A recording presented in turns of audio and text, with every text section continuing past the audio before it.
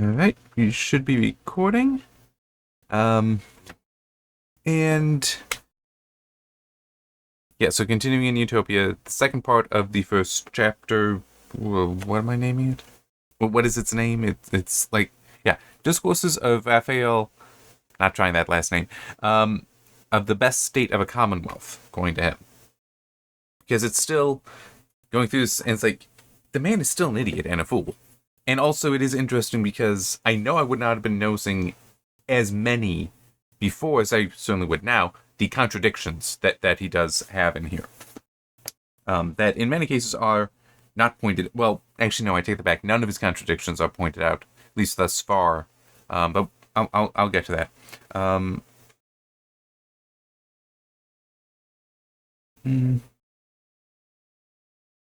Some things to point out here. I'm just sometimes I'm making notes without having corresponding highlights, in part because I'm not going to say that I actually believe this is a college level text. It isn't the easiest to read, no, but I still wouldn't say it's college level. Despite what Project Gutenberg suggests for it. But it is, one thing that's difficult is you can have single sentences that are longer than some paragraphs. It's the common paragraphs you'd find today. And to be fair, though, it is like, it's grammatically correct, but still it just keeps going. That makes it kind of hard to put in a highlight that isn't massive. When it's like, yeah, I just want this point here and this point down here. I don't need everything in the middle. But anyway. Yeah, I have here, because he basically repeats himself, that one point that I made before, that he continues to suggest. Okay, he finishes up the story of him being at Morton's home and suggesting, I think it was Morton's home, yes it was, and suggesting what can be done with thieves and such, and that being rejected until the cardinal says, and then everyone thinks it's a great idea, and as I pointed out before, it's like, well, no, the situation you described is he laid something out. People are like, yeah, we can't possibly do that here, but then the cardinal's just like, well, I mean, we could try asking for, like, one thief to get a reprieve and try it out, and say, oh, okay, yeah, we can do that. It's like, that's not being a sycophant, which is basically what he's describing here for those around him. It's just, you did not offer a way to do anything. You were just saying, well, these other people did do this. That doesn't mean it can be applied here or should be applied here. Morton is the one who suggested a means of doing that. He actually offered a solution. You were just sharing information. Those are different things, but he's like, oh, these people. Because there's a gesture there, and he gets into this a little bit as well, and says something that the cardinal says something in jest, which is at least Raphael's thought, because he says this. Might observe how those had despised what I had proposed, no sooner perceived that the cardinal did not dislike it, but presently approved of it, fawned so on him, and flattered him to such a degree that they in good earnest applauded those things that he only liked in jest, and from hence you may gather how little courtiers would value either me or my counsels. It's like, he's just trying to say that, oh, all these people around him were sycophants. Except, as I've already said, previous video on this one, the situation he's describing here, they're not necessarily sycophants. He is just interpreting it as well, they don't like me, but they like him. So when he says, it's like, he actually said how we could achieve it, or how we could test it. You didn't. You gave something that, yeah, it's reasonable to say, that's not going to work here. That's not our culture. It doesn't fit. And he's like, and Morton is just like, well, here's a way we could try it. It's like, all right, yeah, we can try it that way, but you can be like, yeah, it's still going to fail. It's like, that's not oh, yes, because you suggested that's not what's going on here, dude. But this other thing so the jester came in and suggested the idea of, what do you do with beggars? The vagabonds and such.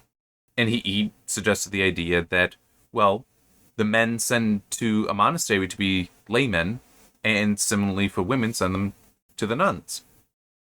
And so to explain that somewhat, that would be at a monastery, laymen there would be potentially craftsmen and such, so they'd be laborers there. They wouldn't be of the monastic order, though, but they are still there. They are still present. And so it's basically saying, just give him over to the monastery to have him put to work, that in theory is also going to provide for their upkeep then. And the cardinal, Morton, is just like, yeah, that's an okay idea, but Raphael interprets that as a jest. But there's a actual monk there who's like, no, that's a horrible idea, and it starts arguing with the jester, and the jester just argues back, and it's one of those things where it ends up becoming a slightly theological and philosophical debate of, is it even worth arguing with a fool? And it's like, I mean, it can be. It depends on the circumstance. It does, how it is written there, the monk is kind of being stupid in that he is engaging with it too seriously, I guess is a way to put it. But it still is a... if you feel you can, with a thief, find work for them, why can't you say that, well, we can just find work for the beggars as well. We just put them at the monastery. Except, plenty of people would know, if you overhire, you can actually hurt what's going on there. I mean, true, monasteries not necessarily businesses, but still is. If there's only so many walls to paint, having more painters doesn't help you. If there's only so much ground to till, having more farmers doesn't help you. So,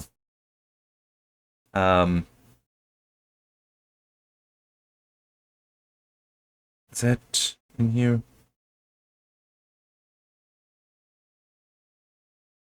Yeah. Then it also goes on quite a bit with Raphael continuing to argue why it is that he would be lousy for giving counsel to a king. That if you have a king who wants to go to war, or at least all of his consuls telling him what to do and how to do that, and he would advise against it, that then, clearly he would not be wanted there. It's like, yeah, you say that, except some of the best leaders actually would keep the person arguing against what they want to do nearest to them, especially if they're alone, because, like, okay, this is somebody who's willing to be honest, for one thing, but it's also, I need somebody keeping me in check. I need somebody that is going to argue that I will fail, essentially, because the people... Part of the idea here is, the people arguing on the war council are obviously going to argue that, hey, if you do this, you'll win. It's like, well, if you have somebody arguing, hey, you're going to lose if you do this, or it's going to be a Pyrrhic victory, which he also kind of describes here, then that's still worthy counsel. You can end up rejecting it. That's fine. That's a king's prerogative. That's any leader's prerogative. But it's still a wise king knows to keep that close and to listen to that, to pay attention to it. And the Pyrrhic victory that Raphael would suggest here is the idea that a kingdom could become so large that one person cannot actually govern it. And this is also, you've spent such riches in war to expand the kingdom, that means you are now in a weakened state as well. People are upset, so it's even worse. There is, of course, one fairly easy response to that, which is also a little funny because the word was used before, and that is an empire. What's the difference between a kingdom and an empire? I actually looked this up because it's relevant for a story I will eventually get to. A kingdom is what the king rules, right? And rules directly. An empire is actually not... The emperor doesn't rule directly. So an empire, an emperor can have kings below him who are actually governing the various locations. So it's also like the British Empire had various governors, like they were governors in, at the various colonies, including in the United States. Well, prior to the United States, but you know what I mean. Yeah, so they would answer to the king and are meant to carry out the king's wishes, but they are technically somewhat autonomous, and that allows an empire to grow. Commonwealth in some ways is also like that, but also one thing kind of funny that has occurred to me when I was going through the Star Trek novelization, certainly, is that the Klingon Empire, how that is actually described, because it's a very much a monoculture versus the Federation. The Federation is itself also an empire in a similar way, but it's a federation in that instead of it being... I guess I'm trying to think of the best way to put it, because I know I'm not using the best words so far. The Federation is still technically an empire in that it is meant to be a singular construction, a singular super government, but it does consist of many smaller governments within it. Which makes it kind of funny to call the Klingon Empire an empire, because while there are governors in there, I can't recall any time that there's a clear sense that is not ruled like a kingdom, where there is one leading body to it. Also, the Romulan Star Empire is like that as well, where whenever that's spoken of, they have a senate, they have the senators that control it all. But also, to be fair with with definitely the Romulans, you never get a deep sense of their government. The Klingons, you kind of do. We've got the High Chancellor, and then the various houses, with the houses seemingly, at least the ones that are at the level that would be in the council chambers, they would be like the governors, like they're ruling different things. They also have their own petty interests that can cause problems, but it's... And also, there's that role of the Emperor that had basically been empty for... Point is, getting back to this thing, the king just needs to not be the one in control of all of it. And at this time, I'm pretty sure you would have had empires around. So it is also kind of a foolish claim he's making here, where it's like, well, no, we already know how to solve that problem.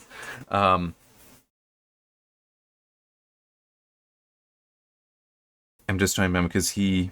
Okay, no, that's still just talking about that, and he then has this is the thing actually highlighted. Therefore, it seemed much more eligible that the king should improve his ancient kingdom all he could. So basically, he would advise, look, instead of trying to grow your boundaries, why don't you focus on making what's within your boundaries better?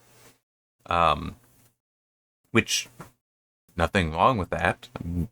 That's still good counsel. If you are dedicated to trying to expand your boundaries, then obviously you're going to ignore that. But it's still that's not bad counsel, and a wise king would still accept that. And it's not like, I hate that, get out of here. It's like, a wise king wouldn't do that. If it's not a wise king, then, I mean, you're also kind of stuck.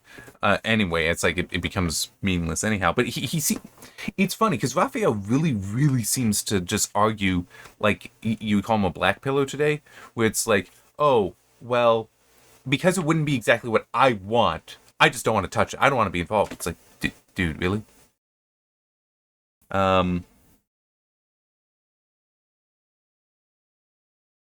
I'm trying to remember where it was, because he basically does say, and where is it? Might even be.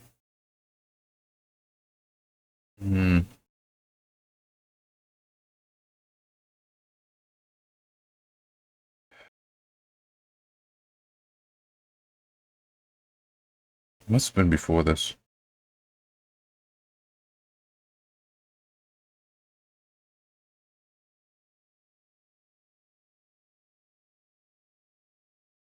No, that's still talking about... There is somewhere in this, I know I didn't highlight it, where he basically is saying that, well, look, if I'm among his counselors, then that means that I would at some point have to agree to something that I don't agree with. It's like, no.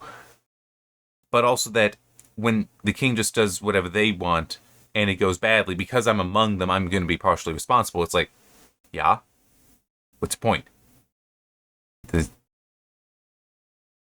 That's actually a healthy mindset, where it's like, yeah, you're still in this together, right? I mean, it is so fascinating reading this, because some of the psychology here is like, yes, there are people exactly like this today, who think they know things, are actually pretty stupid and pretty foolish.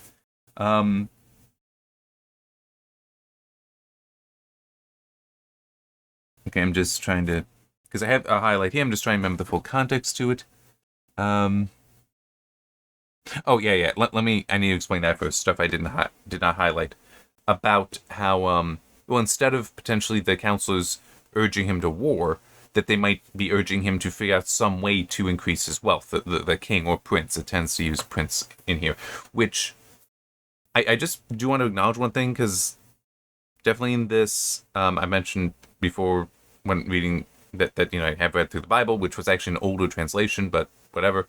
The term prince is being used in that translation of the Bible and also in this in a consistent way, and is worth mentioning. A king can be a prince with this definition, where it's basically, this is the leader, this is the person with the power of government in it. So, which is different from, like, when I would in Star Wars describe Vader as the Emperor's prince. He does have power. He would be the prince. I would say he's the prince of the military, because I think that Vader in Star Wars is the head of the military. But when I would refer to him as the prince to Palpatine, that is no, he's a successor. But this is not using prince here in terms of succession, but in this is who holds the power. So it's also, for the first half, Morton was suggesting that they go to the prince to request a reprieve for the thief so they could test the stuff.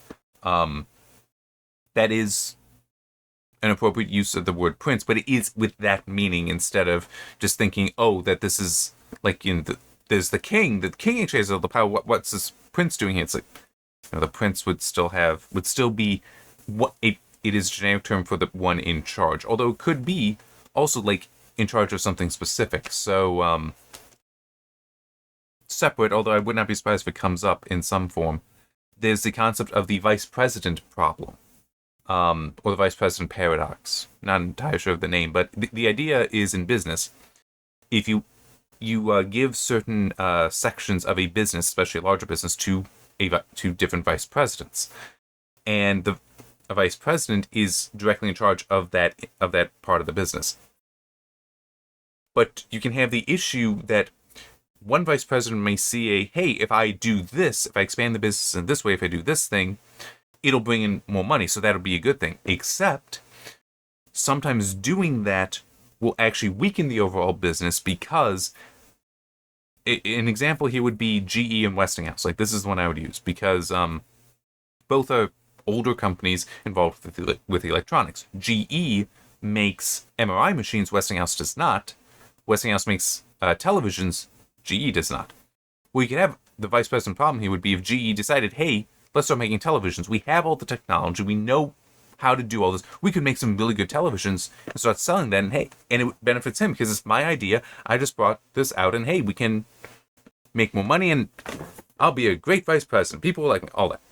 Except, it's a bad idea, because then Westinghouse can be like, wait a minute, we weren't competing before on MRI machines. You want to compete with us on televisions? Fine, we'll compete with you on MRI machines. And so it depresses GE's MRI business.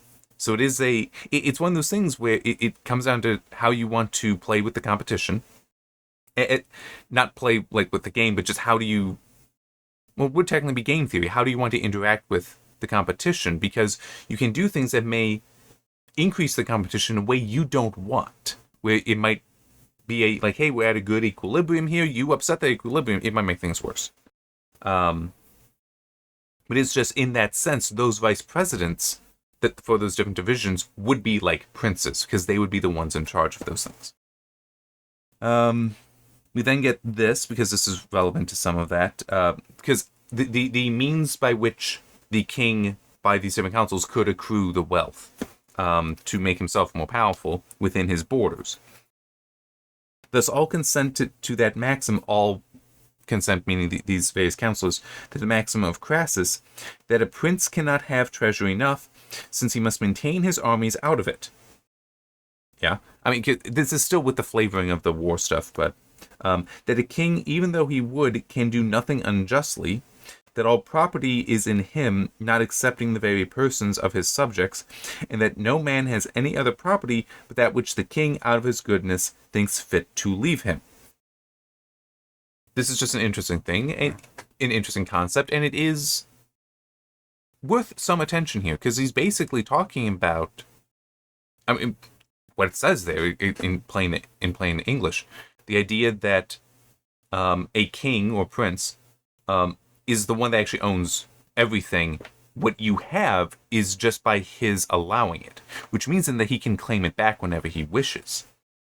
And that you can basically say, hey, you can exploit that to gain all the wealth you want. Don't worry, we do get before long Raphael arguing how that is false, how that's not something you want to do. Okay. But it is also an interesting concept, and one I do think is worth considering, because even though there are concepts of property rights today, there's also some ways that those are being eroded. By the way, property rights is definitely something Raphael has no concept of. It gets interesting. We'll get to that. But it is interesting how you do see certain things where property rights are in fact eroded, where even though, yes, it's your property, but there's still oh, you're not allowed to do this with it. Why not? It's not harmful or anything. It's well, we don't want you doing that. It's is it my property or yours? I mean, there are some situations where it legitimately seems to me somebody should just be I'm not going to pay taxes anymore. But you have to. It's why? It's not my property. It's your property. You're telling me what I'm allowed to do with it. Clearly, I don't own it. If I owned it, I could do whatever I wanted to it. But you won't let me do that. So it must be your property, so you pay the taxes. I think that could be funny to see somebody make that argument. Because if properly made and handled, you can be passionate about it, but respectful. I do think you could see a lot of humor come out of that in a both good and bad way, where people be yeah, actually, why are the laws allowing this to happen? Anyway, I'm getting to this next thing, which is, I'm not sure if it continues from the Crassus argument, but they think it is the prince's there is a prince's interest that there be as little of this left as may be, as in property that is not his, as if it were his advantage that his people should have neither riches nor liberty, since these things make them less easy and willing to submit to a cruel and unjust government, whereas necessity and poverty blunts them, makes them patient, beats them down, and breaks that height of spirit that might otherwise dispose them to rebel.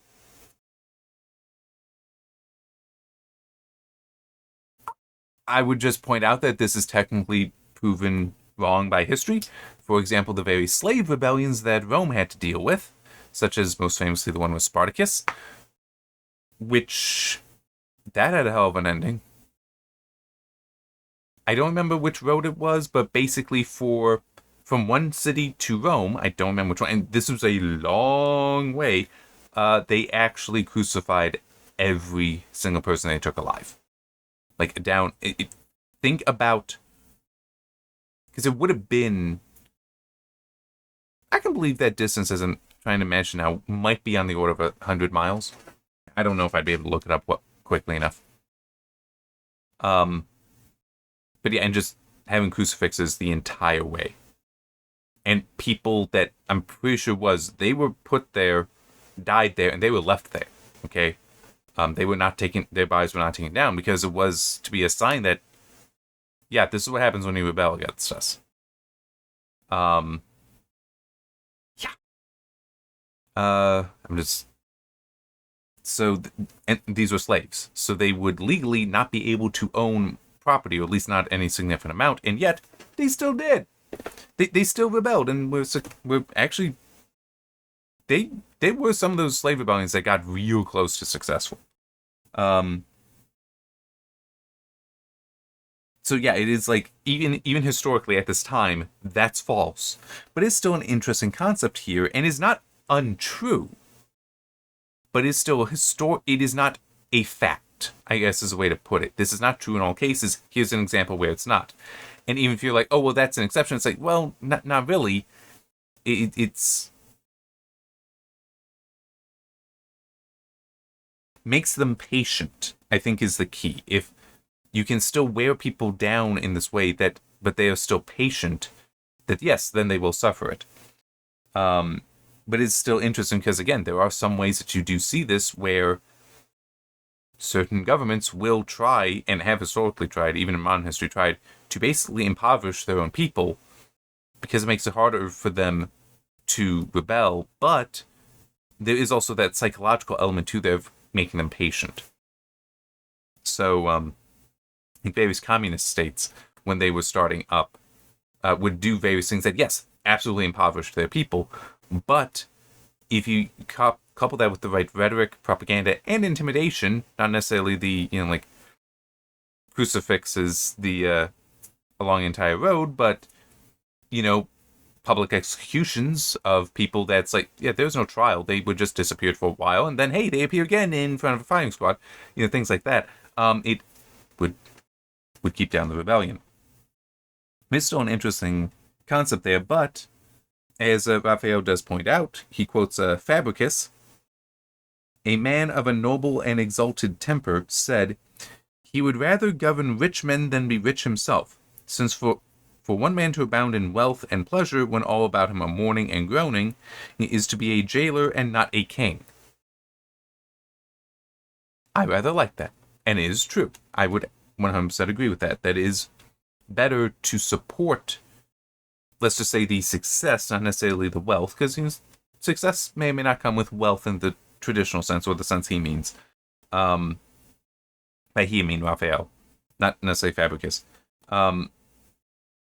But yeah, it is becoming a jailer. Yeah, makes sense.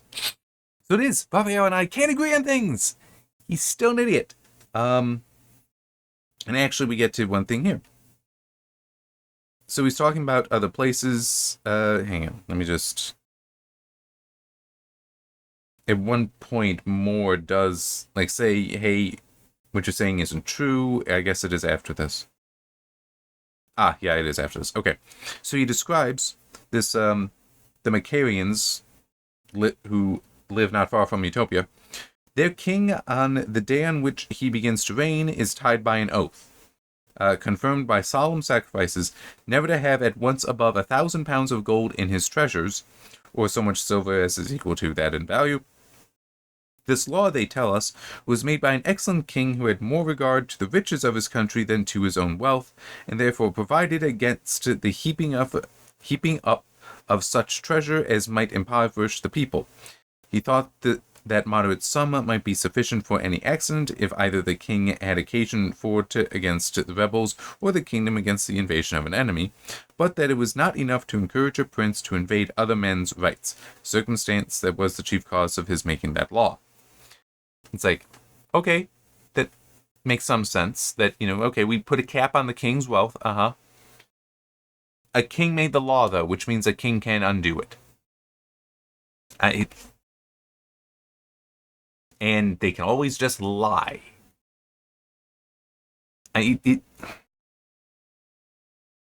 later on, basically, Raphael is fully, oh yeah, property just shouldn't be a thing.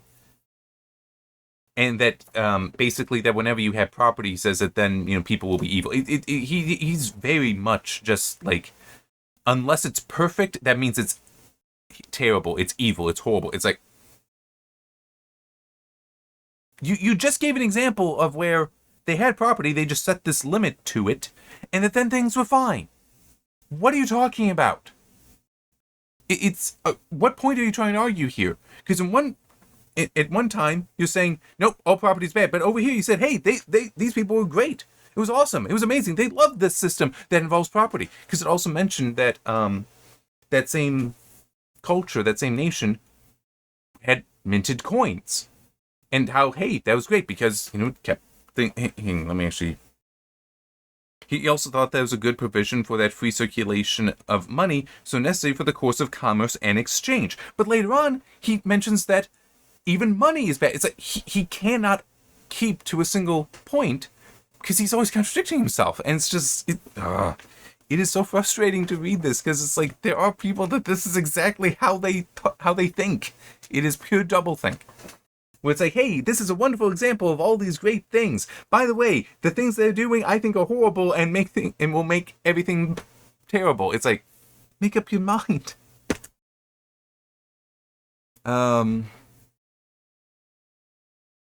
We then also have this, because Moore is still trying to say, hey, no, you really should be a counsel to the king.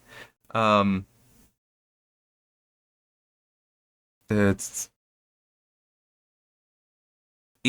a little bit of back and forth, but it gets to this.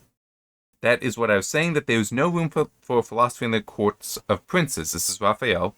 Yes, there is, said I, more, but not for this speculative philosophy that makes everything to be alike, fitting at all times, but there is another philosophy that is more pliable, that knows its proper scene, accommodates itself to it, and teaches a man with propriety and decency to act that part which has fallen to his share.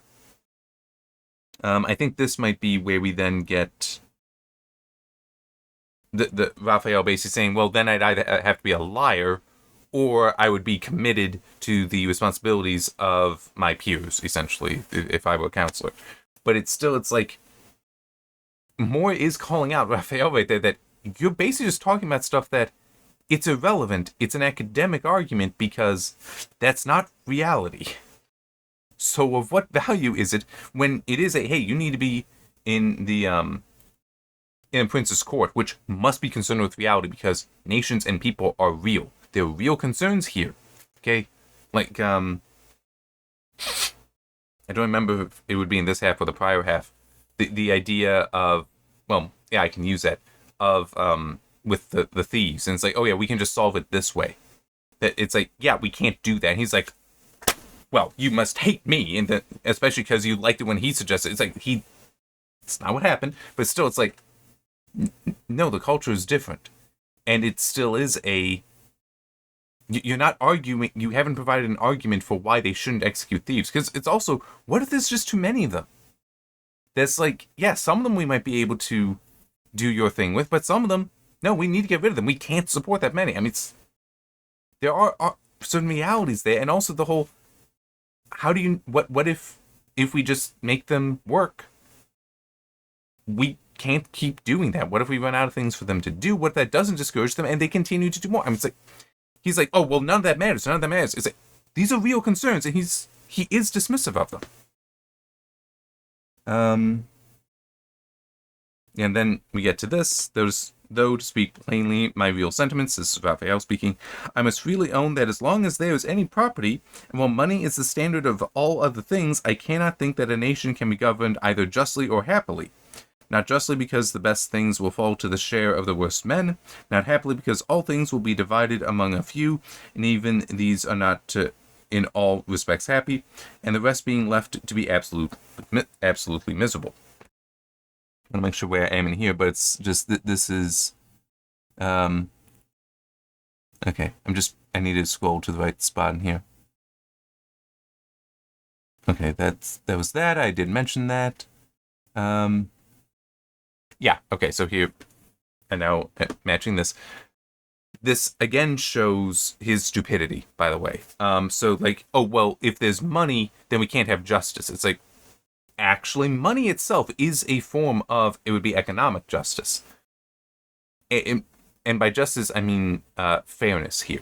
Because if you consider, what does money replace? Okay, it replaces barter. And it's actually a hugely beneficial thing. Currency is profoundly important. And he's apparently just totally ignorant of this, even though it's kind of obvious.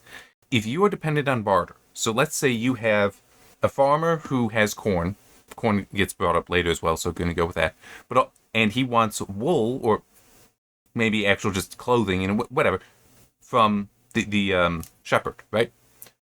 So it's like, okay, I will go over to you and bring corn with me because, hey, because that's what I can give you in exchange for the wool that I need, or the clothing that I need, whatever. Shepherd might be like, I don't need corn. I got wheat. Like, if only you were here yesterday, the dude who wanted some wool for wheat, got here and I traded with him, so I don't need corn. Then it's like, what's a corn farmer going to do? He can't get his wool. I mean, maybe it is what do you want instead? Well, I could use some oil. It's like, okay, I'll go find the guy with oil and see if he wants corn. And maybe the wheat guy got to him. I mean, that's a problem. Or it's all right, you know what, fine, I'll take the corn, but, yeah, I need double what you brought with you for this much wool. It's like, I can't give you them.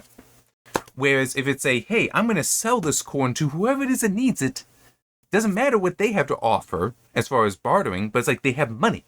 It's like, hey, this is $1 a bushel. That actually would be at this time period very expensive, but let's just say it's $1 a bushel. It's like, okay, his wool is $10, let's say, for whatever it is, or no, let's just say it's one for I do not know what the unit is for wool. Whatever that is, the quantum of wool, $1 for that. It's okay, I sell it. I sell my corn to somebody who pays me that $1. Now I can go and buy the wool for $1. It doesn't matter that he doesn't need the corn because I have the money, and the money is this common standard.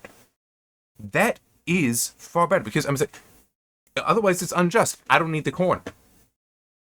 So go somewhere else. So now you have to either get at a very bad price because of the bartering with somebody who doesn't need it, or you now have to figure out some chain of trades to get what it is you need, which is wasting your time and everybody else's time that's involved. I mean, sure, somewhere in the line, somebody needs the corn, but what if it's I used oil before. What if that person is like, yeah, I'll give you the oil, but maybe the wool guy's like, yeah, I actually don't need oil. I want this. But if that guy, it's like this guy trades with this guy trades with, I mean, whereas if it's just money, you only need that one transaction because the money is common. That can just move around to whoever. So the idea that, money leads to a lack of justice, no, that's not the issue. It actually solves a problem. No,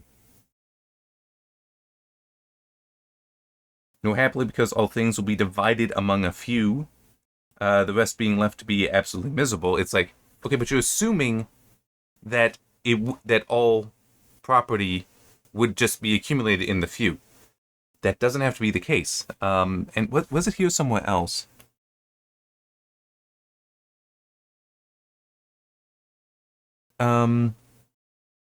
Okay, yeah. I think it is a little later that I had one thing challenging that, but one thing that I do also did put in my notes, because there have been some cultures that did not have a concept of property. These also tended to be very small, very cohesive groups, such that everything was dependent on cooperation, so you wouldn't have a sense of personal property because there was basically no action you would take that would not be for the benefit of all. Okay, so it's like, yes, you obviously can use, say, somebody else's tools because the work needs to be done, and you are now doing because you're cooperating. You are cooperating there. But once you get to a certain size, no, you do need personal property because otherwise it's people no longer need to act for the benefit of the community. Okay? Yeah, so it's basically there are certain cultures that's about, you can almost think of it like in a family. Ignore the childish kind of issues, but if the son needs the father's tools to do work on that family's house, he can take them to do that work. That's fine. But it is small and cooperative. So, whereas if it's the neighbor a block down needs the tools and comes, it's like, dude, what are you doing here? Why don't you have your own tools? I'm saying, if you want to borrow them, okay, you can ask me and then I can allow this to happen. Or maybe I can say, I don't want to do that. I need them for a project that I'll be starting tomorrow and you're going to have them longer than that. It's like, because now you're going beyond, outside of that small, cohesive, cooperative community. Okay?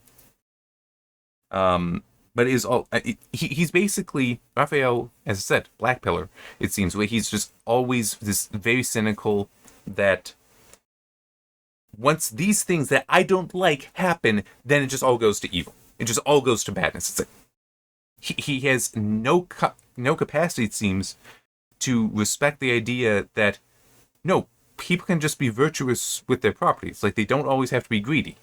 Not everyone is motivated by envy or cannot overcome their envy and jealous intentions. And he's like, nope, that's always what's going to happen. It's like, really?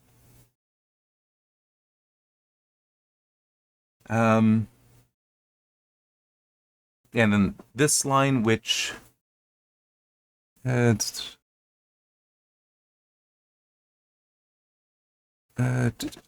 checking my notes here because I definitely.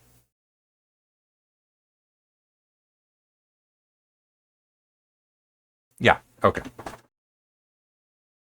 He's now making references to Plato, that the setting all upon a level equal, was the only way to make a nation happy, which cannot be obtained as long as there is property, for when every man draws to himself all that he can compass, that's not necessarily going to happen, which was the point I just made about he's just assuming everyone is going to be greedy, that all he can compass by one title or another, it must needs follow that, how plentiful soever a nation may be, yet a few, with dividing the wealth of it among themselves, the rest must fall into indigence. It's like, I'm just...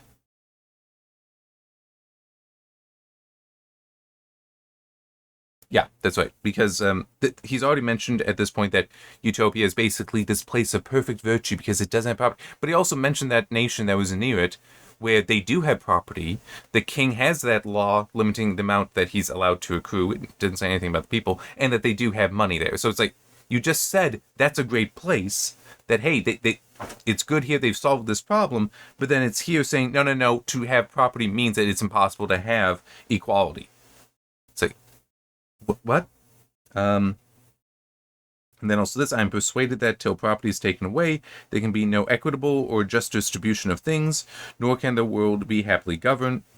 For as long as that is maintained, the greatest and the far best part of mankind will still be oppressed with a load of cares and anxieties. So again, he basically believes that this always leads down to an evil path, to an evil place, I should say, down an evil path. Which, I don't know, I guess I'd almost want to ask the question of, so does that mean that a man should never marry? What do you mean? Well, once he has one wife, isn't he going to want all wives? All women as wives? It's like, a man can never be satisfied with one wife, can he? It's like, that's not what I'm saying. It's like, that's what you're talking about with wealth here. It's the same kind of thing. But I do point out in my notes one thing that is important to consider, is that for my limited knowledge of governments of this time period, and it was even mentioned earlier as well in the previous part, to an extent, they were all tyrannical. And by that I mean rule of man rather than rule of law. So what they described before with basically the agriculture being devastated in Britain because people in power would just claim areas, extend borders around, put fences up for the benefit of their sheep, which meant that the farms and such, and the towns and such that were impacted this were just wiped out. That is something that was actually possible then. Today, in many Western nations, that would not be possible because we do have the concept of property rights. Yes, we do also have in the United States eminent domain, and yes, that has been abused, should really be changed, but it still is even that, it is still... There are laws governing that, okay? There is a format to it that is under the law. It isn't just tyranny. It isn't just rule of man. So, it is still frustrating that Raphael, and I know I'm acting as though Raphael is a real person. I get that. But it still is an aspect of his character is he seems to have no concept of what we would call property rights. And maybe it is because that just wasn't a thing then.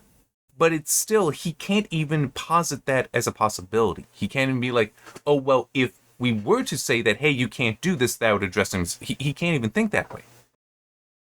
Because that would solve some of this. Because if it is hey, yes, that is a poor man, but he's still, his hovel is still his. The prince cannot come and claim that. That man still has that property. It's like, that's a better situation than... Oh, well, he just shouldn't be allowed to have any property, which means that he has no hovel to be his own. Which then means that, okay, well, sure, he can then go and live in the palace. Except, why would the prince stay in the palace if he doesn't want to be by that guy? Why would he maintain it? Well, why would any of them maintain it? Well, because it's like, it's not mine. I can just leave and go somewhere else. And even that is kind of brought up later, as I recall. Yeah, in fact, more challenges. It seems to me that men cannot live conveniently where all things are common.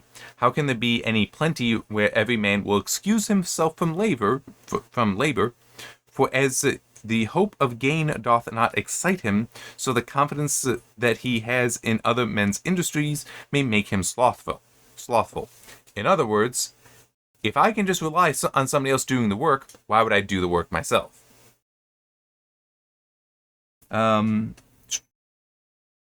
Yeah, and then Raphael's response, I do not wonder, said he, Raphael, that it appears so to you, since you have no notion, or at least no right one, of such a constitution that if you had been in Utopia with me and had seen their laws and rules as I did for the space of 5, basically saying that, well, you just haven't seen the place where this has worked. It's like, that doesn't actually address the question. That doesn't address the point. You're claiming it works. There are contradictions in it, but and also things where it's like, dude, no, trust me, Utopia is very fragile. It ain't gonna work. But and it's in here. We'll get to it. But it still is we can't apply that here. Like Pandora's box has already been opened. The ills of the world are already here. You can say Utopia is free from that. Fine. That's not here. This goes back to the whole point about your philosophies. If all things were perfect, your philosophies are great. All things are not perfect, so you need to have the philosophies that respond to the reality. All right.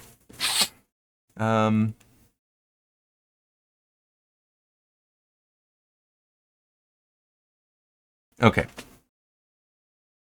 So then it's like, because he's mentioned Utopia so many times. Hey, tell us more about it. Literally, tell us everything you can about Utopia. We're interested in all of it. Do not ever think you are being too short. That you might be too long. Give us all. So he starts with some geography to it. The island of Utopia is in the middle, 200 miles broad, and holds almost at the same breadth over a great part of it, but it grows narrower towards both ends. Its figure is not unlike a crescent. Goes on to explain that, it is an island, so it's got this bay there and all that. But for context, 200 miles apart, I was curious in thinking, that would be about right. Ohio is at its broadest 220 miles apart from side to side. So Ohio, though, doesn't have this crescent shape. So think about an island about the size of Ohio in total area encompassed, but for actual surface area would likely be less. Okay. And actually, we do have one contradiction here. He says that there are some 54 cities in it, all of similar design and layout, and none more than a day's walk away. So, because he also describes where they're positioned. And by the way, with the only differences in their layout are just based on the geography. So it's basically, imagine Walmart, because they've got that standardized everywhere. But occasionally it's like, it's on a hill, so things are a little disturbed from that, as opposed to them just leveling the hill or something like that. Okay. But here's the thing. He does also say, well, the nearest are at least 24 miles apart. And let me see if I can spot that. Is that okay? Yeah, the nearest lie at least 24 miles distance from one another. Okay, so the closest would be about 24 miles apart. But then he later says, the closer that the farthest, if you were to start walking from one, you would still get to the next before the end of the day. The jurisdiction of every city extends at least 20 miles. 24 miles apart, but jurisdiction out 20 miles. That means you have overlapping jurisdiction. That's a problem. Now, true, it does say they all have the same laws. But still, overlapping jurisdiction is a problem. Because then say, hey, a crime is committed in the jurisdiction of two cities. Where do you judge that? That's not answered. And it's like, that's actually not a small issue. Okay, that really isn't. Because if you're talking about the cities having jurisdiction, there's an overlap here. There's also, it gets into stuff about the country, which is really stupid. One aspect to it I do appreciate. I do. But still, the other aspect that it has here is this is a good way to ensure you actually run out of food.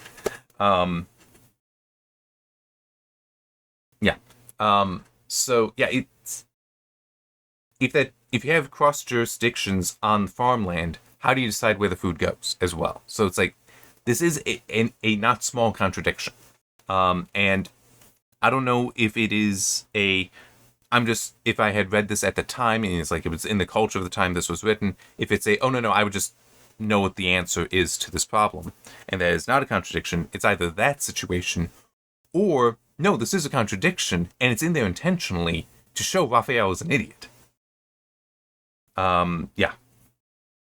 Also just mention here, no town desires to enlarge its borders, for the people consider themselves rather as tenants than landlords. I need to extend that out. I missed the last word. In the highlight, to clarify.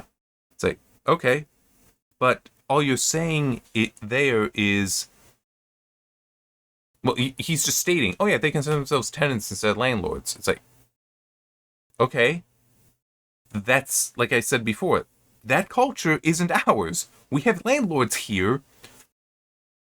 We can't just change that. We can't just get rid of that. Reminds me of something else that is somewhat relevant. Yeah, I mean, in kind of dark way, it's very relevant, very specifically relevant. And it's a part of American history that unfortunately is not really ever taught, concerning slavery and what the original plan was to try to end it, but the Civil War disrupted the plan a lot. Basically, there's a great effort by the abolitionists to get the culture to the point that slavery was rejected. And that basically worked in the North, right? Slavery was rejected there. It was made illegal. They wanted to basically continue to push that border south. And also, like, some of the newer territories, I don't remember when that happened, but there actually was a point at which new territories, new states, they would not be admitted unless they were free states, unless they banned slavery. So it's basically, hey, we're just going to restrict the growth of slavery, and then we're going to continue to try to press that, hey, no, slavery is an evil thing. We need to get rid of it. That was the hope, to get to the point that they just all reject it, because it is better for that to happen than to just say, hey, guess what, slavery is done, and compel a slave owner to release the slaves, to free their slaves, because that will breed animosity on both sides. The animosity of a slave owner who's now, from his perspective, if he believes it's still good to commit slavery, from his perspective, it's I've just had my property stolen from me. I am now lessened because they were also how I made my income, because they, worked on my property. And then the slaves, newly freed slaves, can see it as, hey, I want to hurt him because he kept me a slave for so long, and that was clearly wrong to do. That was a problem, which is also part of the reason why there was the idea, and they tried this a few times, it failed, of taking freed slaves and sending them to another location, whether it's a territory or like the idea of like sending them back to Africa even, with the idea of being... the idea of going to a territory, I think, was actually kind of liked better, because it's basically, hey, you're free here, go here, and you can basically govern on your own, and hopefully in like a few generations, when the issues of slavery have been forgotten just because it's no longer in living memory, then it's like, there will be peace here. We won't have those concerns of the animosity.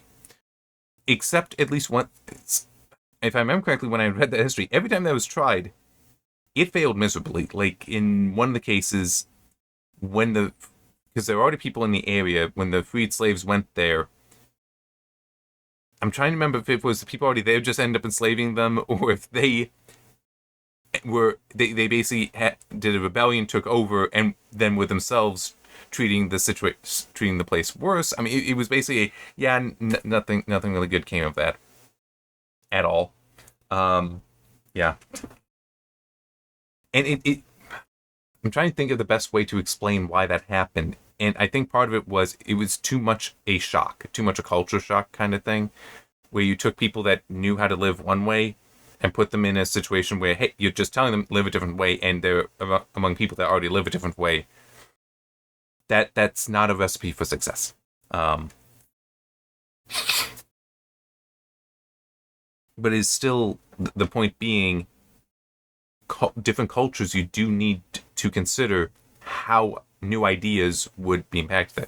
Now, going back to the Civil War and the whole animosity thing, because the South was defeated, it's like, and the debt paid, the blood debt paid, literally, because of how many people were killed and mutilated, also, various injuries and such in war, how much damage was done, that it was Lincoln's last command, bind up this nation's wounds. The statue that they had in Arlington that was to express this as well, that some very ignorant people wanted to get rid of. I don't remember if they succeeded or not.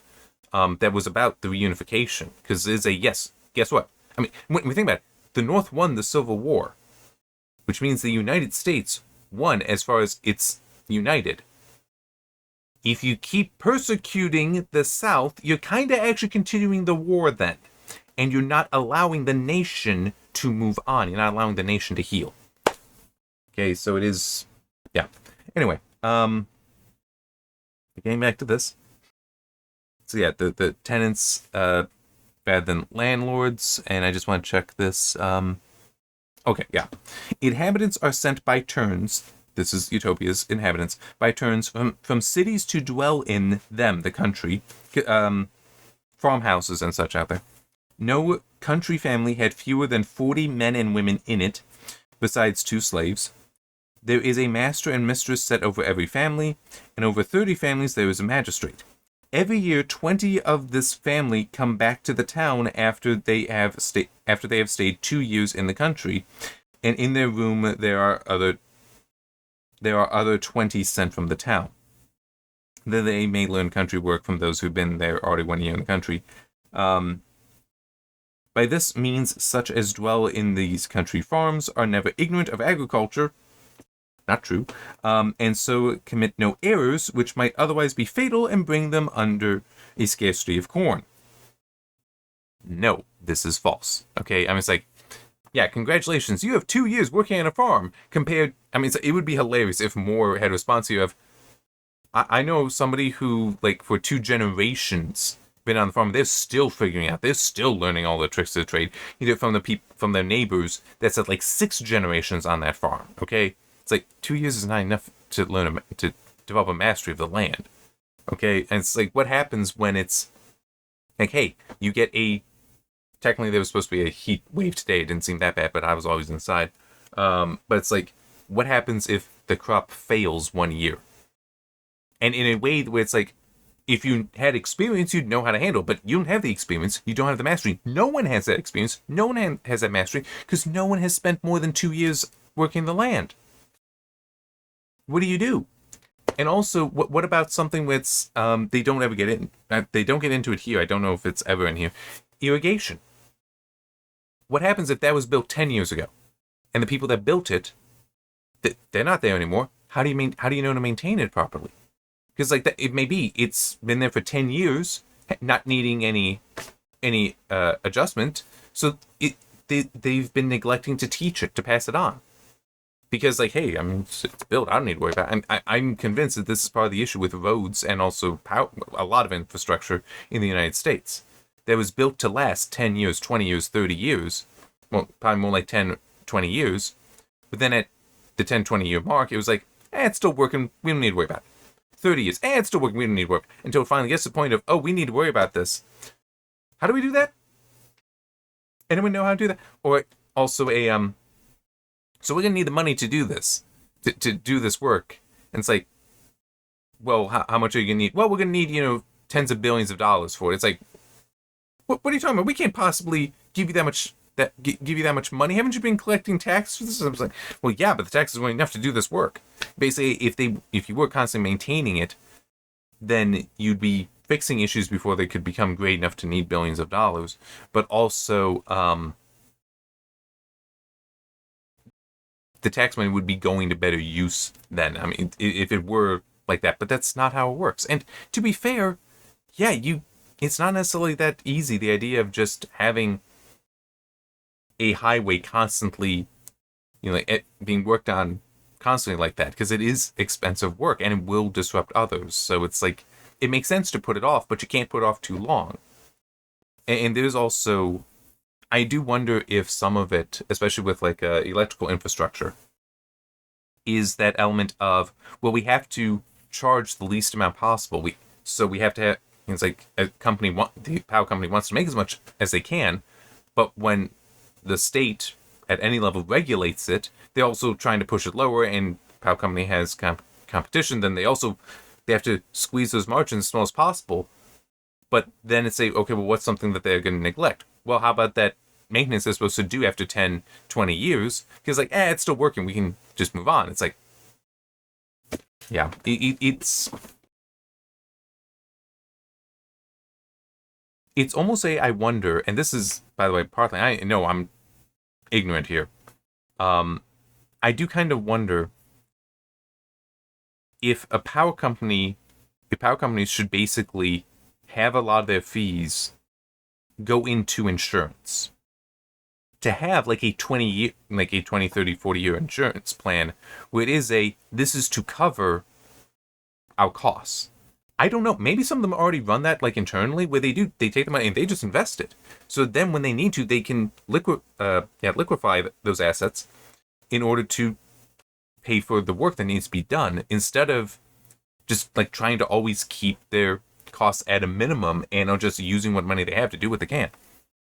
I don't know. I do wonder if that could help with some of it because you got pressure to constantly cut costs, cut costs, cut costs. Well, you end up cutting things that you actually shouldn't be cutting, and then they become problems, and people get angry at not at the situation, but at the company that was put into a situation that maybe they could argue that, well, if we had raised your rates, then yeah, we would have had the money to maintain this, but none of you wanted to raise rates. I'm saying no one wants to raise rates, so it's anyway.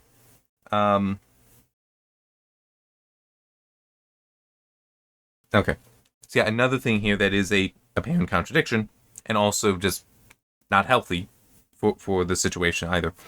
And it's on the final page, so I'm almost done here. They sow no corn, but that which is to be their bread.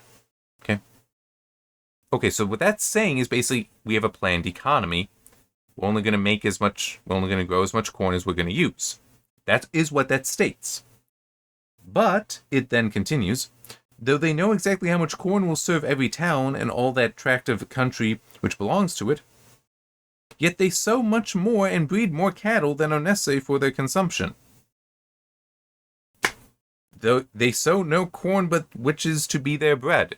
It's like this is actually all the same sentence. Even he's contradicting himself in. Because what happens when you do need more? If you don't have enough, you're in trouble. And that is a problem with centrally planned economies.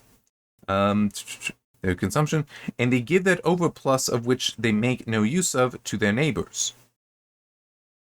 Okay. But it's like, fine, you're giving it away, which also, it's worth noting, that's a good way to also really destabilize your neighbors. I mean, it's like, depending, if Utopia's like, oh yeah, we have a massive amount here that they don't have, that's a good way to throw off their economies, because you're just giving them free food. I mean, it's one thing that I've seen when there are catastrophes in various places, giving them food initially in poor places in third world countries. Yes, giving them food initially to help with the shock of they just lost great many resources. That's a good thing to do. But then it comes time to no, just give them money. Don't give them food anymore. Because if you give them money, then their local farmers are being outcompeted by the free food. But you give them money, that money will now be spent at the local farmer to pay for stuff. So the money helps the farmer then to be able to reinvest and do so. It's helping their local economy as opposed to depressing it by just giving them free stuff. So, and this is a real thing. Okay? This is an actual advice that you do see after catastrophes in third world nations. That hey, yeah, there comes a point. Stop sending the food. You're gonna hurt them. Because then, if the farmer can't make any profit, he ends up shutting down. And now, hey, the free food stops coming in. There's no food being grown. Well, people are now starving. There's also the issue of that corn could be used for other things, like just if you could compost it and then use it for fertilizer, like that would be a good thing. I mean, or just don't make that much corn either. If it's truly it's just going to charity, because then it becomes you're exhausting the soil, and that's not a good thing. When they want anything in the country which it does not produce, they fetch that from the town without carrying anything in exchange for it. So that's the last highlight I got in here. So it's like, wait a minute, let me get this straight. What you're saying is, Farm Boy is like, hey, I want something, only the town has it. I'll just walk in and take it. So your what value is there then to the work in the town? Where it's like, it's not a, hey, I'll give you this food. There's no trade. There's no bartering there. It's just a, I made this and now somebody else is just free to take it. Why are they doing that work then? I mean, it's like what was said before. If you need not be dependent on your own efforts, on your own industry, but can relax but can rest on somebody else's, why do you work? That's not answered here. And he's basically saying that, just straight up, yeah, you can just walk in town and take what he wants.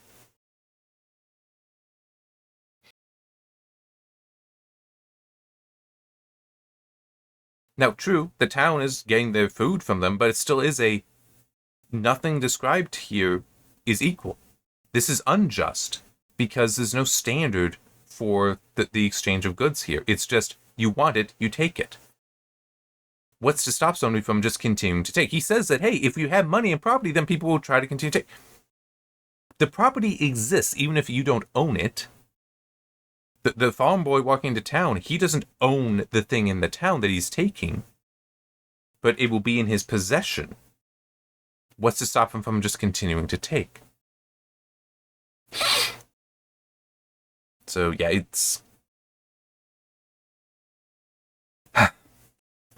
this is it. I think the best way to express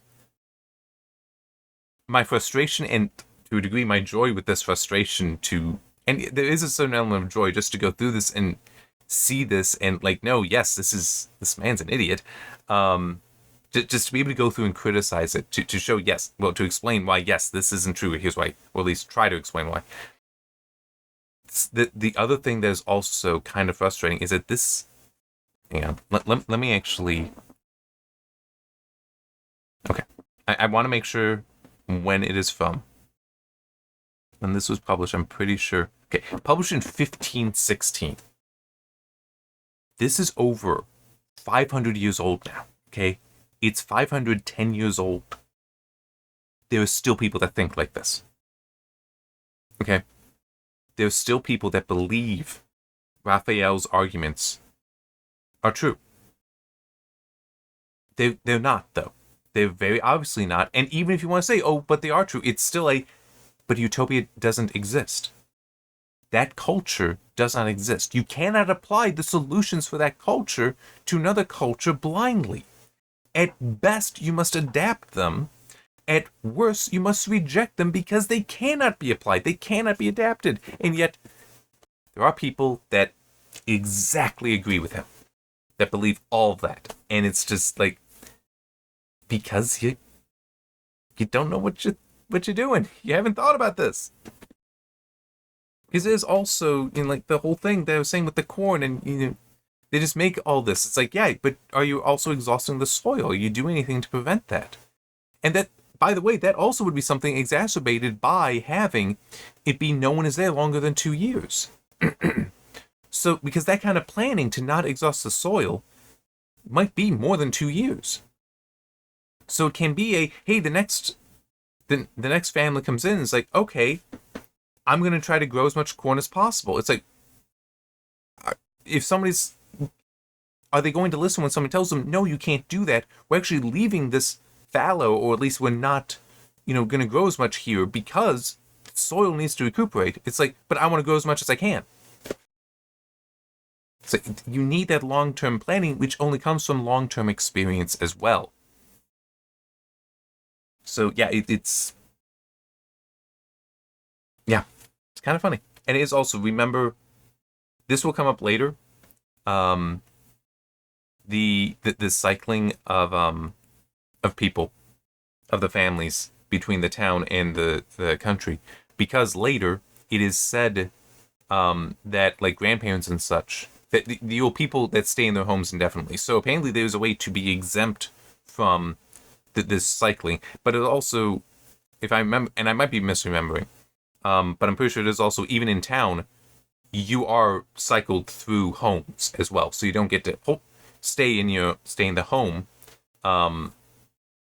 Which, I mean, yeah, some people are good with that, but it's like, oh man, it's been a long time. But there are actually some it's been a long time since I've seen or spoken with anyone in that family, but there are actually some families living not far from me that it's a second generation home at this point. In that, like, one of them, yeah, that's the home this guy grew up in, and his mother passed it on to him, and he still lives it. That's where he raised his family.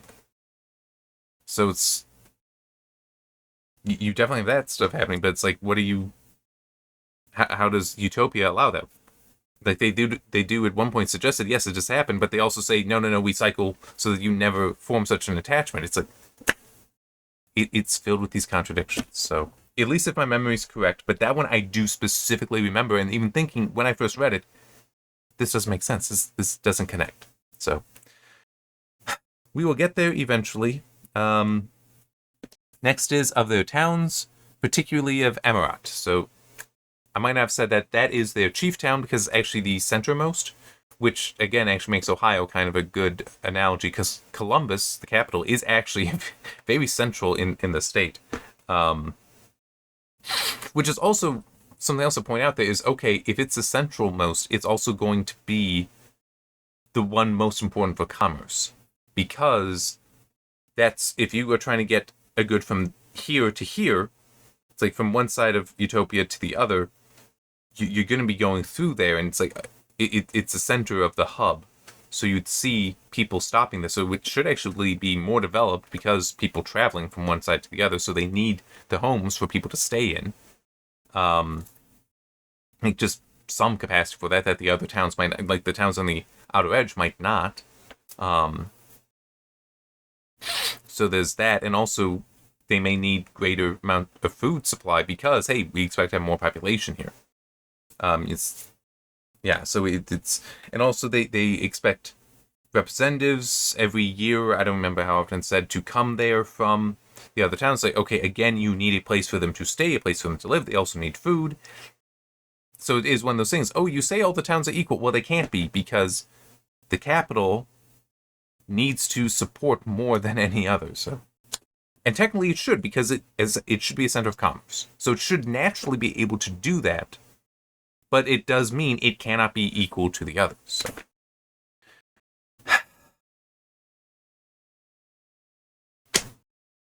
See you next time.